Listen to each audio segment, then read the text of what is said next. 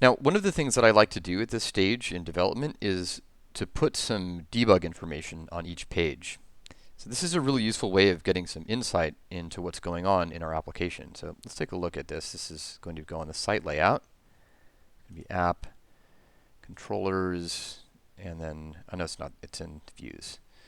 It's layout, here we go. So what I'd like to do here is right in this part, right under the footer, I'm going to use something that comes built into Rails. It's called, oops, percent equals. It's called debug. It's actually a method. And then I'm going to give it a variable called params. We'll be using params a lot in this tutorial. So params has useful parameters related to what's going on the page. So let's do this here. I'll show you what this looks like. Let's fire up the server.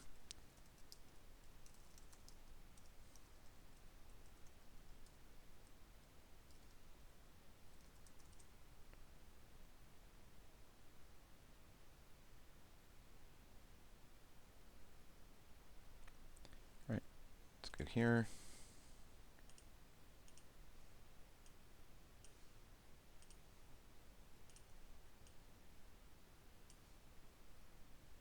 There we go. And so you can see here that that debug information is actually showing up at the bottom of the screen. Now, it looks terrible right now, so we're going to fix that up in just a sec. But there's just one extra thing I want to do. You notice that this says debug params, but if you think about this information, I mean, it potentially could be quite sensitive. It might have passwords or so on. Certainly, we would not ever want to display this on a real site. So one of the things we want to do right from the start is only display this in development.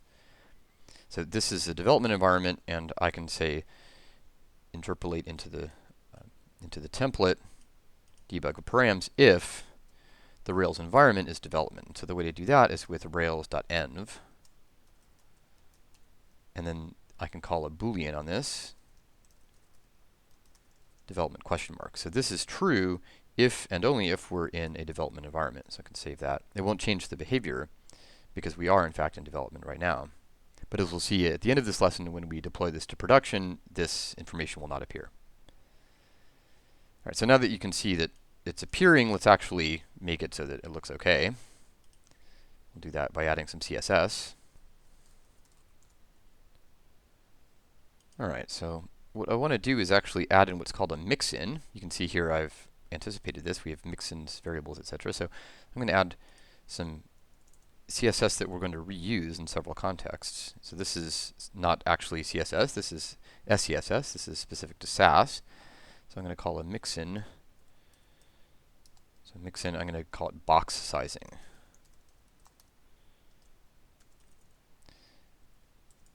So this is a way to reuse CSS. And what I'm going to do is put in some rules for 3 different kinds of browsers.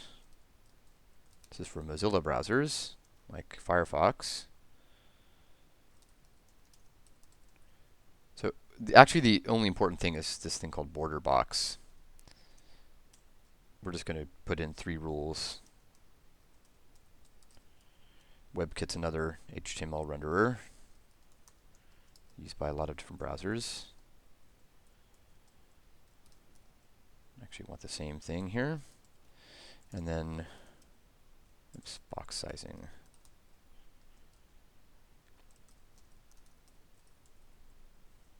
All right, I'm going to save that, and then I'm going to add a new miscellaneous section here at the bottom.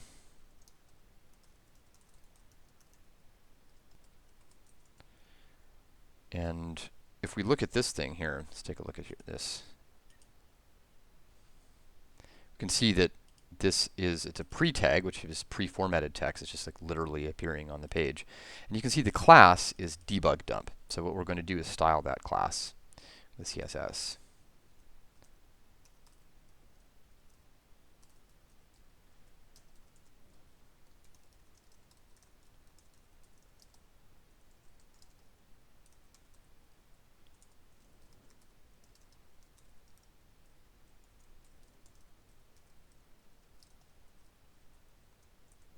And now we're going to include that CSS from the top, this mixin, with include. Again, this stuff here is just CSS, but this part here is Sass, this add include box sizing. And what it does is it just inserts this CSS here. So we'll be reusing this later in the tutorial. So let's take a look at that.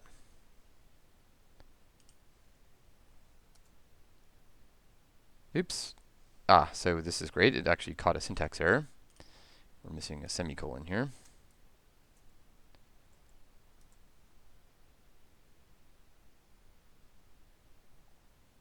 All right, now we can take a look at the debug information. It looks a lot better.